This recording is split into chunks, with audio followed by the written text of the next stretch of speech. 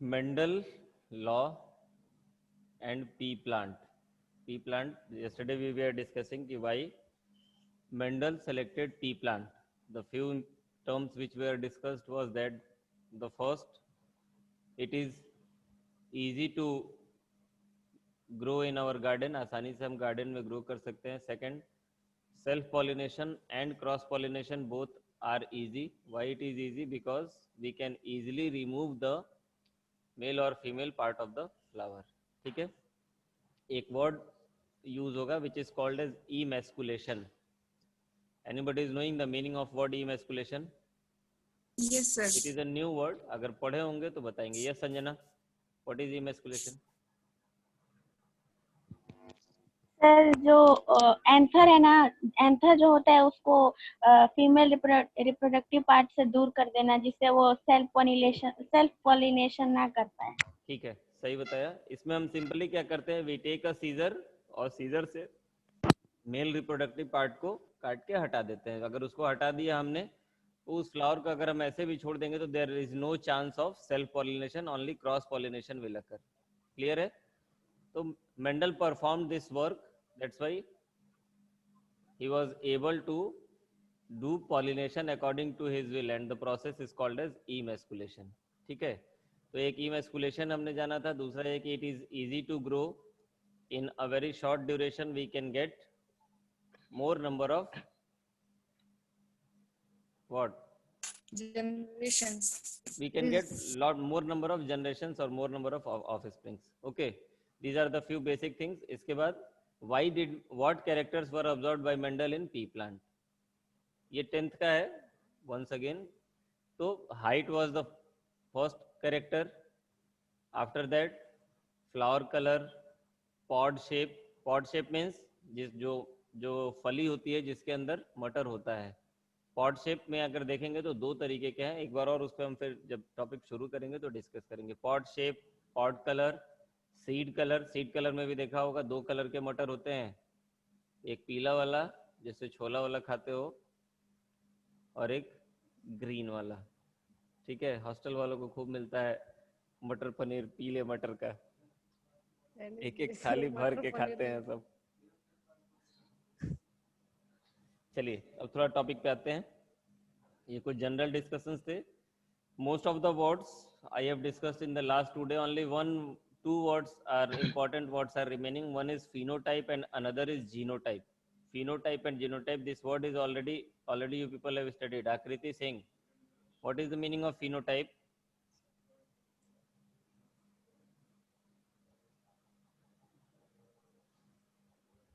Akriti, Yes, unmute. sir. What is phenotype?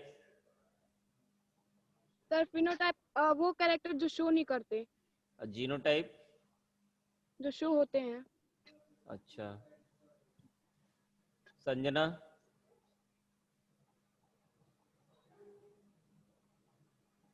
मतलब वो character जो हम लोग एक्सटर्नली देख सकते हैं किसी दीवार के. और जीनोटाइप? और जीनोटाइप मतलब उसका जेनेटिक कॉन्स्टिट्यूशन. चलिए, ठीक बता रही है संजना. हमारी आंखें ब्लैक है, किसी की आंख ब्लू है, किसी की येलो, जो भी है. If eye colour is black means that black eye colour is visible, वो हमें आसानी से दिखाई दे रहा है.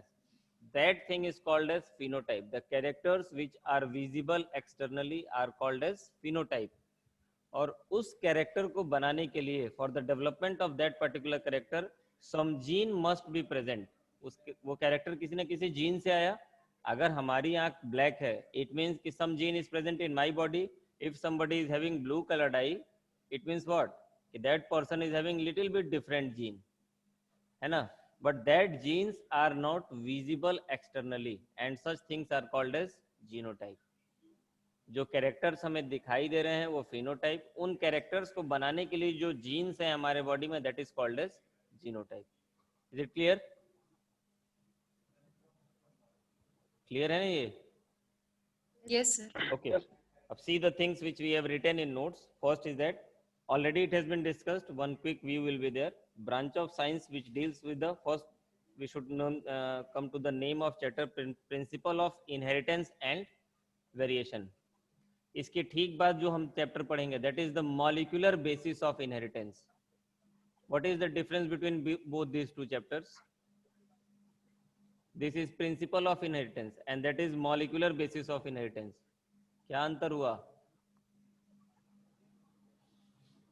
सिर्फ हाथ raise your मे hand. बी हाँ yes ना. हाँ. सर मे बी कि इस प्रिंसिपल्स वाले में उसका मेथड और ये सब बताया गया और मॉलिक्यूल वाले में कैसे किया जाता है, क्या क्या यूज होता है करने में. Anybody else? Rashmi, you were raising hand. Wait Angad wait. रश्मि बताओ.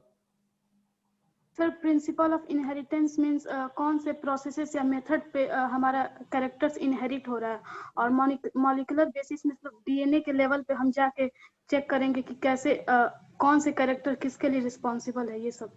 ठीक है. मॉलिक्यूलर बेसिस मीन्स कि what are the molecules which are responsible for transfer of characters. तो ट्रांसफर ऑफ कैरेक्टर्स के लिए जो मेन मॉलिक्यूल हमने पढ़ा है दैट इज डीएनए.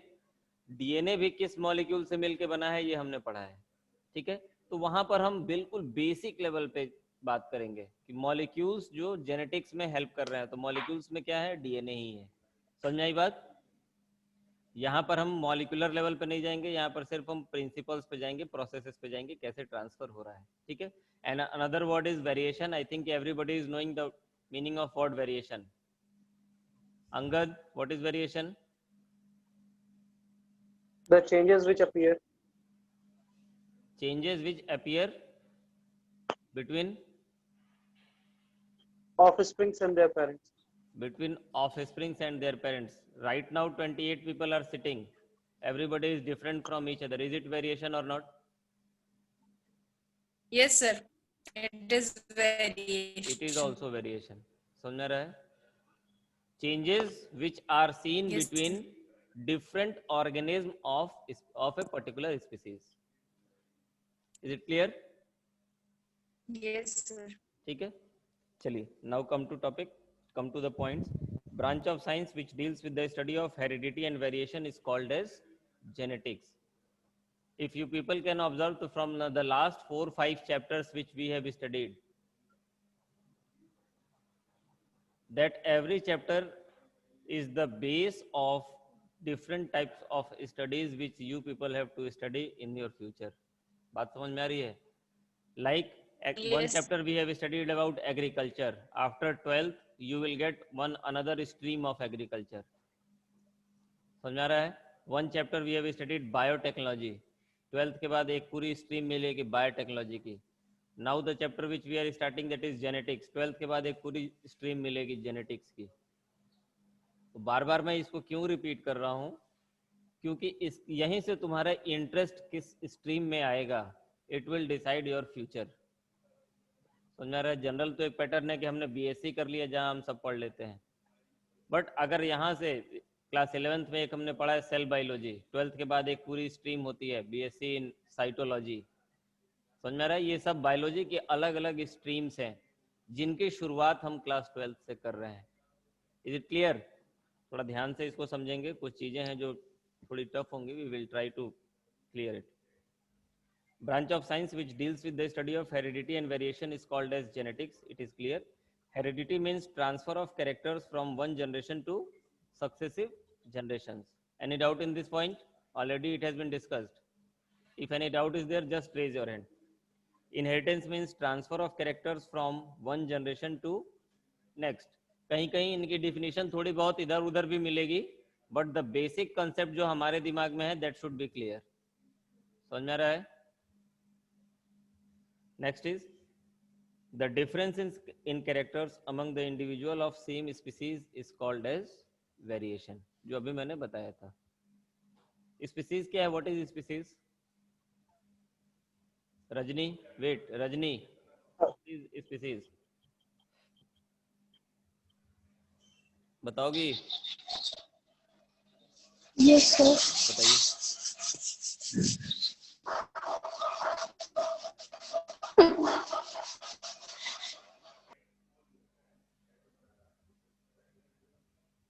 बोल नहीं रही हो.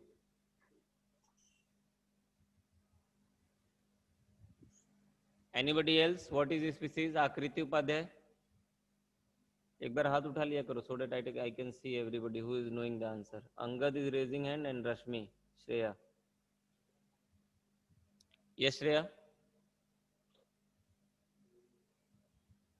So group of living organisms which are similar in their appearance and बस एक ही फीचर पता है, similar in their appearance. अच्छा, और रश्मि? नहीं, वेट, आकृति Upadhyay. Sir, they are freely interbreed to each other ठीक है, अब दोनों को मिला to देंगे. produce fertile offspring. रश्मि और आकृति के डेफिनेशन को मिला दी जाए तो it is a complete definition of species. Species की डेफिनेशन में ये जरूर हमें ध्यान रखना होगा कि पहला तो जो था वो ठीक था, that is group of similar types of individuals, but after that which can interbreed among themselves to produce new individual. जिसको एक छोटे से एग्जांपल से समझ लेते हैं. Already it has been explain to you in many classes. एक tiger और कैट को अगर हम देखें तो they are nearly similar in appearance except their body size. दोनों एक जैसे हैं टाइगर और कैट. क्या वो आपस में इंटरब्रीड कर सकते हैं? No sir. नहीं कर सकते हैं. If since they are not able to interbreed among themselves, that's why both have been grouped in different categories. समझ में आ रहा है? Another example, a easy example we can take cow and buffalo. Except body color, nothing is difference. नहीं है? But then also they can't interbreed among themselves. So they have been grouped in two different species. बात समझ में आई सभी को? कि species की definition में दोनों चीजों को ध्यान रखेंगे कि वो एक जैसे हों, and second is that they can interbreed among themselves to produce new individual. Is it clear? Yes sir. Okay, come to the third point. The term gene, genotype and phenotype was given by Johansen. In place of gene, Mendel used the word factor. इसको ध्यान में रखेंगे. ये 3-4 बार आया हुआ question है 1 marks का कि what was the term used by Mendel in place of gene. Gene word उस वक्त नहीं डिस्कवर किया गया था, तो मेंडल ने जो वर्ड यूज किया that was factor. Okay, come to next. The two alternate form of genes are called as alleles. Already I have told you. Anybody is having doubt in allele? Because this word will be used many times in this complete unit. बार बार ये words use होंगे. अगर doubt रह जाए तो पूछ लेना. अभी नहीं पूछ पाते हैं, बाद में लेकिन पूछ के क्लियर कर लेंगे. सर मेरा एक डाउट है. यस. सर जैसे दो जीन्स हमेशा डबल फॉर्म में उसको एलील्स कहते हैं, सर जो दोनों अल्टरनेट एलील्स होंगे, जीन्स होंगे, जो एलील फॉर्म करेंगे सर वो दोनों सिमिलर होंगे? एक जीन मतलब के 2 एलील होंगे. सर तो दोनों एक ही कैरेक्टर को मतलब इनहेरिट करेंगे? कैरी करेंगे. हाँ, अभी तक तो हम ये जान रहे हैं ना कि एक जीन के 2 एलील. अभी आगे इस चैप्टर में पढ़ेंगे that there are some genes who have multiple alleles, जिनके पास 2 से ज्यादा एलील्स भी हो सकते हैं. But if multiple allele is there then also it will be responsible for transfer of same character. जैसे हम अभी एक सिंपल एग्जांपल से आपस में समझ लो कि right now 27 are there and 27 are having 27 skin colour. 27 skin colour तो है ही, कहीं पर भी एग्जैक्ट मैचिंग नहीं है किसी की. It means what? सर जो जीन्स कलर के लिए response skin colour is not biallelic, it is multiple allelic, but all that alleles are responsible for transfer of skin colour only. बात समझ में आई? Yes sir. चलिए. Phenotype means the two alternate form of genes are called as alleles. Phenotype means characters which are seen externally, and genotype means genetic constitution of an organism. Clear? Come to next. The condition in which both alleles are similar is called as homozygous. Yesterday I have explained homozygous and heterozygous. Anybody is having doubt? Shreya Gupta, clear है? Homozygous and heterozygous. Okay, come to next. The condition in which both alleles are dissimilar are called as heterozygous. Next, the gene which shows its presence is called as dominant, and the gene which remains hidden is called as recessive. Dominant and recessive, this is clear? आकृति सिंह, प्रवीण, ये clear होना चाहिए क्योंकि इसी के basis पे फिर Mendel का फर्स्ट लॉ आ जाएगा, law of dominance. Excuse yes sir, अगर एक पर्टिकुलर अलील की बात करते हैं तो वो कभी डोमिनेंट और कभी रेसेसिव हो सकता है। हाँ हो सकता है। हाँ ठीक है बिल्कुल। ठीक है, कोई भी एलील डोमिनेंट है या रेसेसिव है, ये डिटरमाइन कौन करता है? Who will determine? सर उसका साथ जो अलील आता है वो कैरेक्टर सर। कैरेक्टर्स नहीं, इसके लिए इसमें एक वर्ड यूज होता है कि nature will determine that which allele will be dominant and which allele will be recessive. समझ में आ रहा है? जैसे एक छोटे से एग्जांपल से इसको समझो कि कुछ ऐसे कंट्रीज हैं, जैसे नेपाल की अगर हम बात करें, और उसके parallelly if you will take the comparison of country like West Indies, अगर दोनों जगह के पीपल की हाइट की हम बात करें तो बिल्कुल क्लियर हमें डिफरेंस दिखाई देता है। दिखाई देता है एक जगह के एवरेज इंडिविजुअल, हो सकता है कि नेपाल में भी कुछ, कौन है वो, दिखाई नहीं दे रहा है आजकल, क्लास नहीं कर रहा है, क्या नाम है शिवेंद्र जो लंबा वाला है? प्रियांशु विक्रम। प्रियांशु। ठीक है, अब हो सकता है कि प्रियांशु कुछ सर। नेपाल में भी प्रियांशु जैसे हो जाएं, और ये भी हो सकता है कि कुछ वेस्ट इंडीज में मेरे जैसे हो जाएं, दोनों पॉसिबिलिटी है। बट एवरेज अगर हम देखें तो एक हाइट का clear cut difference we can see. The gene is same but due to particular conditions वहां पर जो स्मॉल हाइट का जीन है वो डोमिनेंट हो गया, और जो वहां की कंडीशंस हैं वहां के हिसाब से लार्ज हाइट का जीन डोमिनेंट हो गया। ये ऐसे एग्जांपल्स है जो हमें क्लियर कट दिखाई देते हैं, बस हम उस एंगल से अभी उतना ये डेवलप नहीं हुआ है कि हम सोच सकें। समझ में आ रहा है? इट मीन्स व्हाट कि द रेसेसिवनेस और dominance of A gene is controlled by nature itself. और इसी नेचर के लिए कुछ लोग किसका नाम यूज कर लेते हैं? ये सब भगवान की देन है, पंडित जी लोग। ठीक है, चाहे नेचर बना लो चाहे भगवान बना लो, it is nearly same. Any doubt? चलिए नेक्स्ट वर्ड इज दैट, हाँ, dominance and recessive. I was telling you कि this concept must be clear because now the after this we will study the law of dominance। तो dominance word में doubt नहीं होना चाहिए। Last is that the term genetics alleles homozygous and heterozygous was given by Bateson। ये words याद कर लेंगे, ये CBSE में तो नहीं आएगा बट ऑब्जेक्टिव क्वेश्चंस पूछे जा सकते हैं। Anybody is having any doubt in these points, general terms? No? No sir। Okay, now directly come to Mendel। sir। Yes बोलिए। टेम्पलेट में और एलील में क्या डिफरेंस होता है? फिर से एक बार पूछो, आवाज नहीं आ रही थी। टेम्पलेट में और अलील में, सिंगल अलील में, इससे क्या डिफरेंस होता है? टेम्पलेट में TEMPLATE ना, टेम्पलेट जो है ये DNA का पार्ट है बेटा। ठीक है, DNA के जो 2 स्ट्रैंड्स हैं उनमें से एक स्ट्रैंड का नाम टेम्पलेट होगा और दूसरे स्ट्रैंड का नाम कोडिंग स्ट्रैंड होगा। ठीक है, और एलील जो है ये जीन का पार्ट है। जीन के जो 2 पेयर हैं उनको हमने एलील बोला है। समझ में आई बात? Okay, now come to Mendel law. Yesterday we have discuss little bit history of Mendel, थोड़ा और देख लेंगे उसको, बुक से पढ़ लेंगे, उसमें वो कोई ऐसी चीज नहीं है जो एग्जामिनेशन पॉइंट ऑफ व्यू के लिए जानी जाए।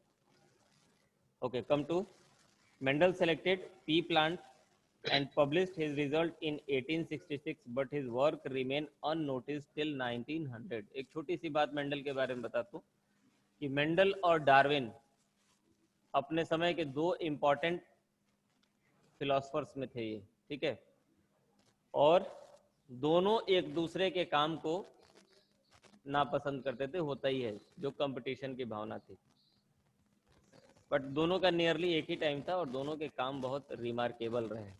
ठीक है, मेंडल के साथ क्या दुर्भाग्य था कि मेंडल वर्क वाज पब्लिश्ड या Mendel work come to people notice after his death. उनके मरने के बाद उनके काम के बारे में चर्चा हुई। क्यों? क्योंकि उन्होंने जो भी काम किया था वो डर के मारे वो उसको पब्लिक के सामने नहीं ला पाए। क्यों नहीं ला पाए? मेरे पास एक बुक है, आई विल शो यू या I will send the PDF, not the PDF, कुछ पेजेस हैं उस बुक में which has been taken from the Mendel's diary, Mendel के डायरी के कुछ जीरोक्स हैं उसमें। तो in biology he use the complete concept of maths.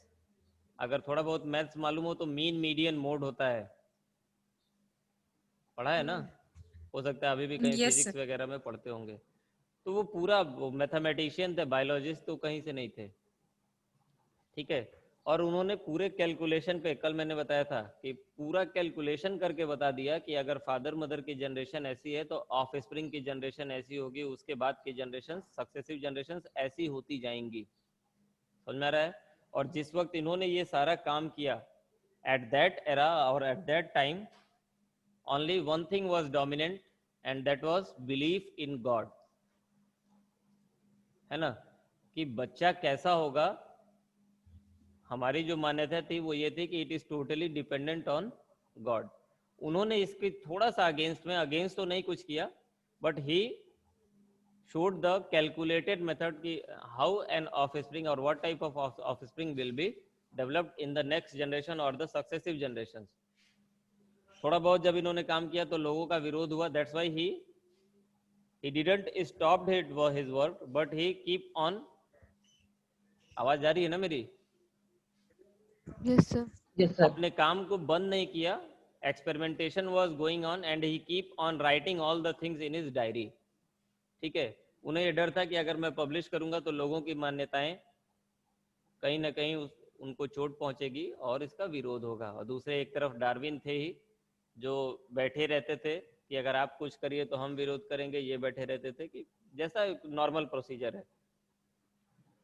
फिर क्या हुआ, इनके मरने के बाद इनके फॉलोअर्स कुछ थे, फॉलोअर्स मतलब हिज स्टूडेंट्स कह सकते हैं, जिन्होंने इनके काम को री नोटिस किया और री इन्वेंट करके और फिर उसको पब्लिश किया गया, ठीक है। यानी इनको फादर ऑफ जेनेटिक्स का जो दर्जा था वो मरने के बाद मिला। बात समझ में आ रही है? चलिए, ये छोटी सी कहानी मेंडल की थी। अब आते हैं क्या हमने नोट किया है। Mendel selected pea plant and published his result in 1866, but his work remained unnoticed till 1900। इसके बाद की जो कहानी थी थोड़ी बहुत सुना दी मैंने, उस कहानी का कोई रिलेशन एग्जामिनेशन से नहीं है। He selected pea plant for two main reasons. First is that many varieties of peas were available with contrasting characters. What is the meaning of word contrasting characters?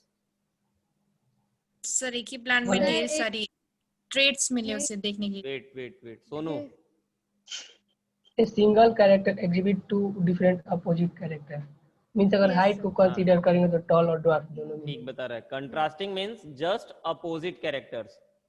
कोई एक कैरेक्टर है, P plant की खास बात क्या थी कि किसी एक कैरेक्टर के लिए उसमें आसानी से हमें दो कैरेक्टर्स दिखते थे, जैसे हाइट के लिए छोटा और बड़ा, फ्लावर कलर के लिए white and violet, seed colour के लिए green and yellow. That type of characters are called as contrasting characters. कि पी प्लांट के ऐसे बहुत सारे प्लांट हैं जिनके पास मोर देन वन कैरेक्टर्स और मोर देन 10 कैरेक्टर्स हैं, बट उनकी सभी स्पीसीज में सेम कैरेक्टर्स अवेलेबल है, कंट्रास्टिंग नहीं अवेलेबल है। यानी अगर वो लाल फूल दे रहा है तो उसकी सारी स्पीसीज लाल फूल ही देती होगी, ठीक है।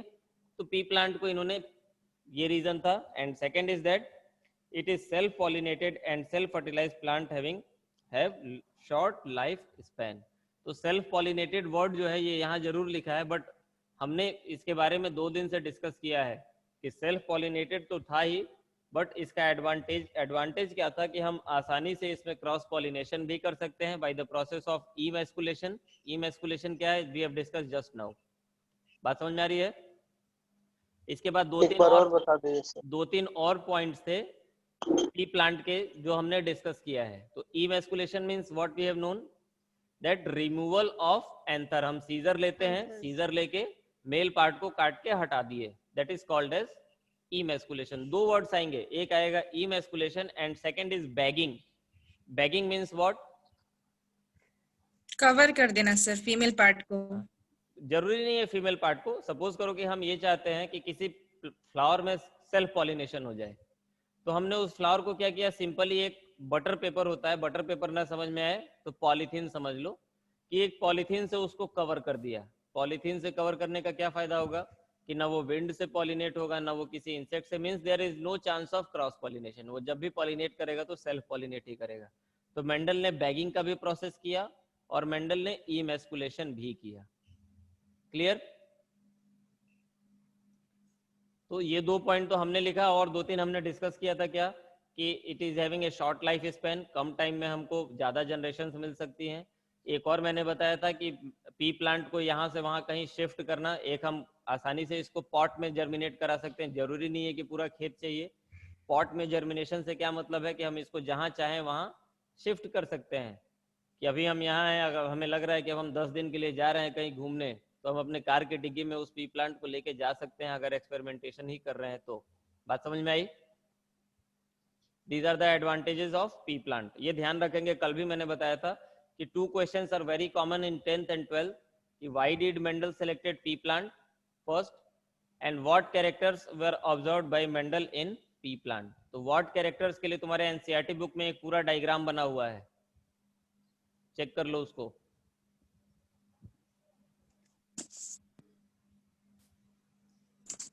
मिला दीक्षा? यस सर, देख चुके है ना, जिसमें height, colour, pot shape, pot colour, flower shape, अरे सॉरी फ्लावर कलर, ये सारी चीजें दी हुई हैं। हाँ ठीक है, श्रेया दिखा रही है। डायग्राम भी है किसी पेज पे शायद।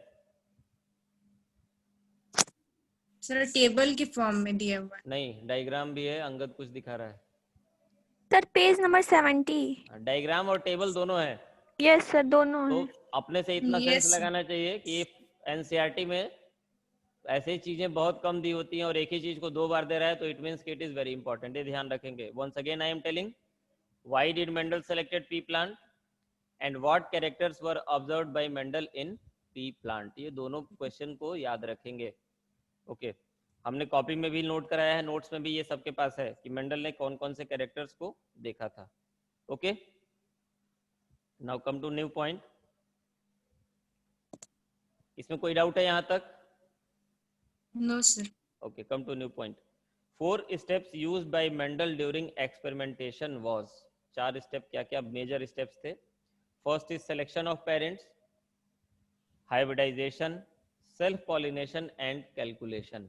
सिलेक्शन ऑफ पेरेंट्स का मतलब क्या है? जैसे हमने अगर 10th का याद हो तो 10th में हमने we have studied one thing only, that all 2 और 3 लॉज। किसी ने 10th में 2 लॉ पढ़े हैं जो साइड बुक या किसी दूसरे स्कूल के होंगे, वहां पर 3 लॉ, बेसिकली 2 लॉ ही है, तीसरा लॉ सेकंड लॉ में से ही एक्सट्रैक्ट किया गया। तो एक चीज कॉमन रही है कि हमने जो whatever the characters which we have studied for pea plant, the main character which we have studied is the height of plant. जिसने भी तुम्हें Yes. समझाया होगा, जो भी टीचर हो इंक्लूडिंग मी, उसने हाइट को लेके कि एक टॉल प्लांट ले लिया, एक ड्वार्फ प्लांट ले लिया, ऐसा ही रहा होगा। Yes sir. बट ऐसा था नहीं। मेंडल ने किसी भी कैरेक्टर को ऑब्जर्व करने के लिए the 7 characters which has been given in your book, is it clear?